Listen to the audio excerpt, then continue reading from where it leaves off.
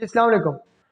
जैसे कि आपको पता है कि पाकिस्तान 138 रन का टारगेट देने के बाद तो मैच से हार ही चुका था, लेकिन इस मैच के अंदर फाइनल मैच के अंदर बहुत सारे कमबैक्स हुए हैं। जिस तरह से पाकिस्तान ने कमबैक किया बहुत अच्छा, इसी तरह से इंग्लैंड की टीम ने भी बहुत अच्छा कमबैक किया और जहाँ पे पाकिस्तान से गलती हुई है, जहाँ पे उनको मौका मिला, इस इफ्तिखार का ओवर उनको मिला, तो वहाँ उन्होंने उसका 110% प्रॉपर्ली यूज़ किया।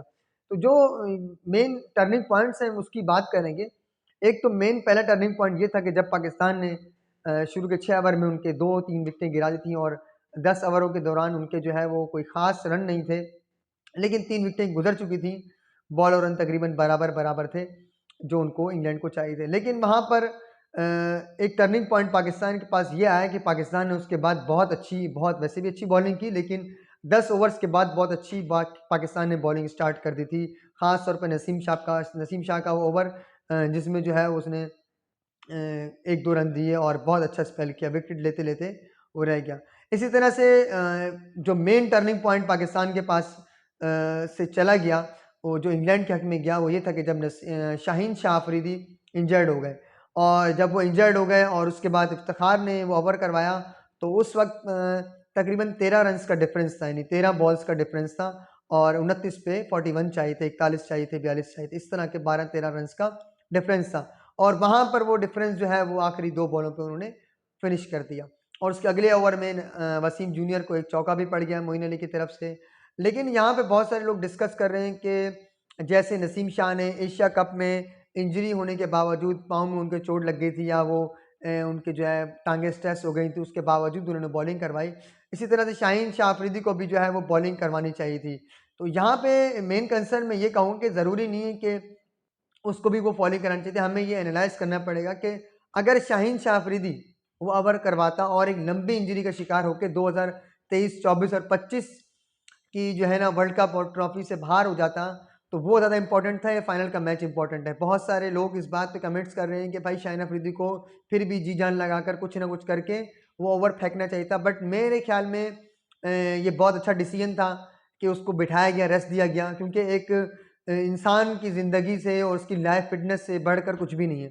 क्योंकि ये बॉर्डर पे नहीं खड़े हुए आप कि भाई बंदा शहीद हो जाए और उसके बदले जो है ना वो मुल्क जो है ना फ़तह हो जाए।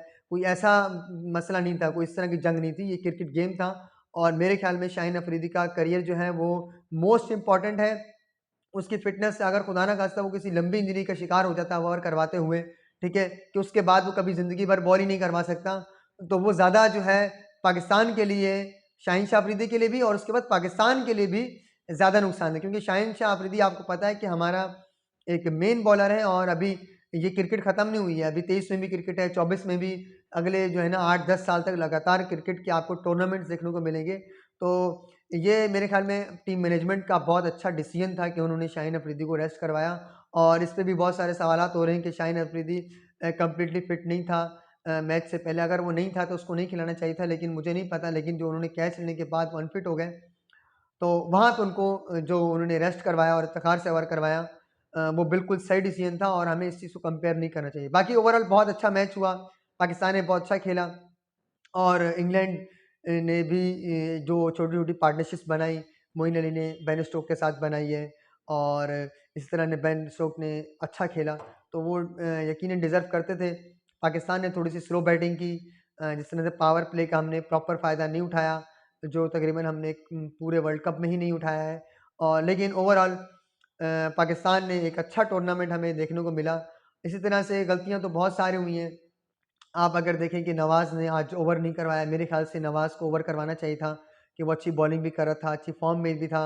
वो 5 बॉलें जो इफ्तिखार ने करवाई, वो नवाज़ को करवानी चाहिए थी और तो आई थिंक कि अगर थोड़ी इस तरह की डिफेंसिव कैप्टेंसी होती, तो आई थिंक पाकि नतीजा कुछ और होता। लेकिन ओवरऑल किसी को क्रिटिसाइज़ नहीं कर रहे, किसी के ऊपर वो बात नहीं कर रहे, लेकिन एक अपना पॉइंट ऑफ व्यू हर कोई दे सकता है और तो वही पॉइंट ऑफ व्यू है।